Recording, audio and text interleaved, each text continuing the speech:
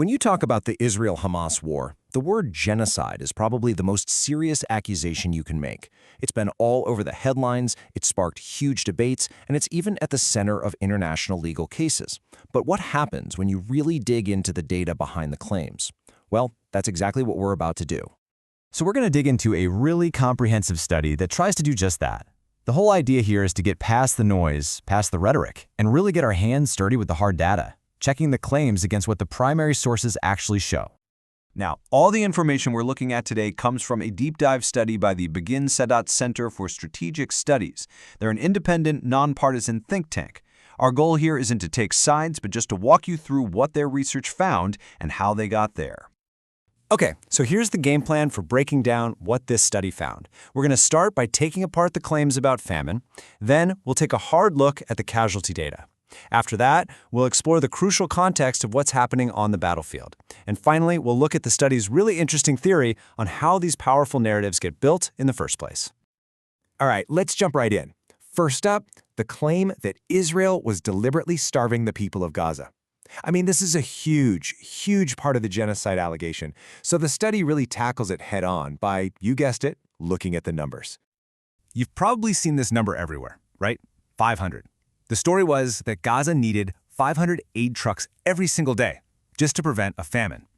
It was presented as the normal pre-war amount, and that number became this really simple, powerful metric for a super complex situation.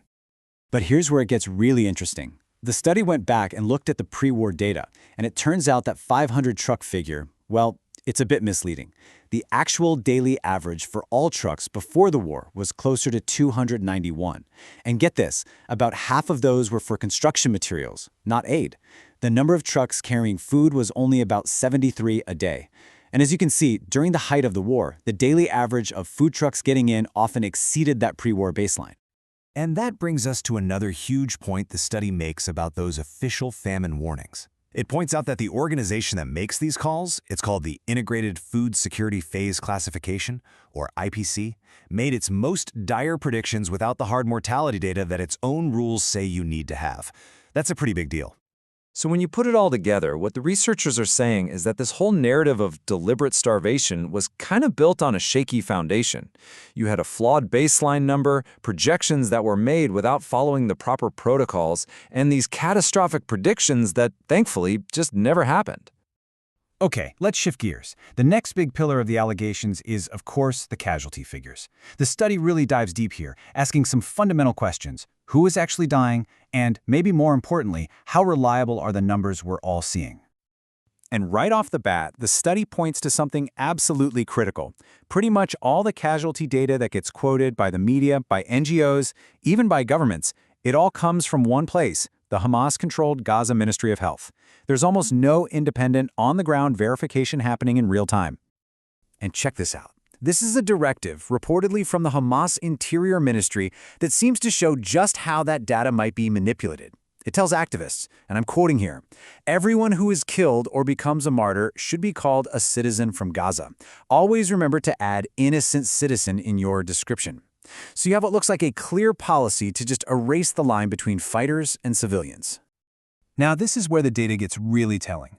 When the study's authors dug into the ministry's own numbers and broke them down by age and sex, they found something pretty striking. There was a huge overrepresentation of deaths among men in that prime fighting age group, think 18 to 40, compared to women of the same age.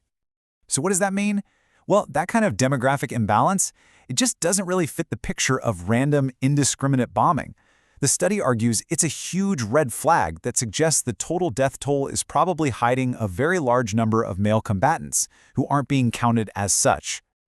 Now, the researchers make a really important point. You can't just look at these numbers in a vacuum. You have to understand the battlefield itself, and that means getting your head around Hamas's strategy. This is the third major piece of the study's puzzle. And the scale of Hamas's military setup is, wow, it's just staggering. We're talking about a tunnel network estimated to be over 500 kilometers long. I mean, to put that in perspective, that is very likely bigger than the entire famous tunnel system the Vietcong used in the Vietnam War. And this image from the IDF really drives home a key part of their strategy. What you're seeing is a tunnel entrance just about 100 meters from a kindergarten. The study is filled with evidence like this, showing how Hamas systematically built its military machine, its tunnels, its command posts, its weapon stores, directly inside and underneath civilian places like schools, hospitals, and mosques. This whole strategy makes it incredibly, almost impossibly difficult to tell combatants apart from civilians. Just as the study notes, you have Hamas fighters who pop out of tunnels or civilian homes, often dressed as civilians, grab a weapon stashed nearby, and launch an attack. They are deliberately using the civilian population as a shield. Okay, so if the data on starvation is shaky, and the casualty numbers are questionable, and the battlefield is this complicated, how in the world did the genocide narrative get so powerful? The study proposes a fascinating model for how this information travels, which brings us to its fourth big point. They call it the inverted information funnel. Think of it this way. A rumor starts with just one person, but then it gets told and retold by so many other people that it starts to sound like a widely accepted fact.